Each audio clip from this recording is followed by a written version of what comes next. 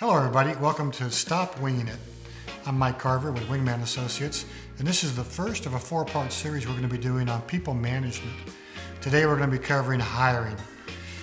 Does hiring give you kind of the heebie-jeebies? Do you get a little bit of a panic attack going? Do you feel like you have a revolving door going through your organization right now? Would it be meaningful if you could attract great talent versus chasing great talent? Look, we don't have all the answers here, but some of the things we want to talk about today in this clip is the processes that you put in place to attract great talent. So stick with us here as we walk through the next 5 to 6 minutes together. The first thing we want to talk about is there's only a few reasons why somebody would be hiring, right? So the first reason is you've let somebody go, right? You got an opening and somebody's taken off and you got to fill the opening. So that could be a good or a bad thing. Secondly, you're growing, and if you're growing, it's a good thing. You got to fill positions as you grow. You can't scale up if you don't have the right people on the team, right? And ultimately, at the end of the day, a lot of people are hiring because people are moving through their organization. Look, everyone's got a little bit of mercenary in them, and so if you're gonna have a company, and you should expect some turnover, then you have to build some sort of a culture. Right? You have to build a foundation by which people want to stay and are attracted to stay. And there's a lot of reasons why that is. So I also want to give a shout out as we start to walk through this. I got a great friend, Bert Miller is his name. He's the CEO of Protus Global. They're a worldwide staffing, search, executive consulting firm, and Bert's done this for 30 years. He's great at it. He has a lot of wisdom and experience, and you'll hear some of his thoughts sprinkled throughout these next 4 episodes that we're going to be doing on people management. So as we go through this, the first question you got to kind of ask yourself is, why would anybody want to work for you? And here you got to put your ego in park. And if you haven't done it before, put your ego in park, and ask yourself some of the obvious questions.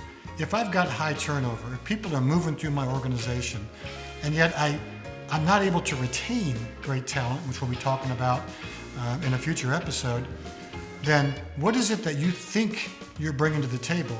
Because when you interview somebody, it's a two-way street, right? They're interviewing you just as much as you're interviewing them. And so the reality is, what are you bringing to the table? And so a lot of people have looked at this, but one of the things that we talk about is fulfillment. Now, fulfillment is not happiness. Happiness is an emotion. It goes up and down. Right? You can be happy one day and sad the next, but are you content? Are you fulfilled? Does the job bring fulfillment from an everyday capacity, things that you're doing? That's an important one. The other one is the mission-driven organization that you're trying to join, do you offer the same kind of values that the candidates are looking for? So do your mission and your values match up with the applicant's vision and values? And that's just super, super important. And the other side of it would be, what is the adequate compensation? Where are you on the scale of compensation? And that's the third in this series that we're going to be talking about is compensation. So do you provide a challenging environment? Do you have great compensation for it? Are there things in your culture that retain people, that make them want to come? So are you attractive from that perspective? Are you asking yourself the question, why would somebody want to work for me? So that's really important. Then what are you looking for in this person? These are specifics now. Is this a technical job? Is it a salesperson with a whole lot of expertise? Is it a line management? Is it leadership potential? Do you just need somebody to fog a mirror? What are you looking for in this kind of person? And you got to be specific here, because there are tried and true methodologies that work when it comes down to how do we hire the right people. So what I want to make sure we cover is, this is not a session on YouTubing or Googling the 10 best questions to ask in an interview. You can get 1 billion hits there and you can find the 10 best questions. There are methodologies, behavior-based, STAR, top grading, and lots of others that are out there that you should have built into your culture, to your processes and systems. So when you hire, you're asking the right kinds of questions. You're looking for examples of the way that they behave, the way they act. Does their resume even come close to matching up with who they are? Now look, I've done it. Unfortunately, I've hired and had to let people go in my career, and I know that I have hired people based on a resume and based on a really good interview, and I thought this is the right person, only to find out not so much. And so what is it that you can do to prevent the not so much? How do you get to the bottom of things like that? So it's really important.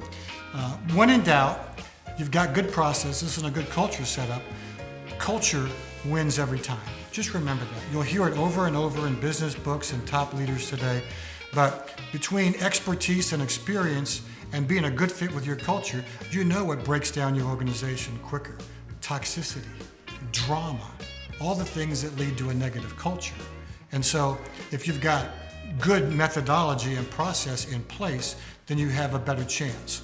So here's where the rubber meets the road. It's not really a secret sauce, but it's a really important part of the organization. What are your mission and what are your core values? Do you have core values that everybody understands, that are posted, that your leadership team talks about all the time? And do you hire to them?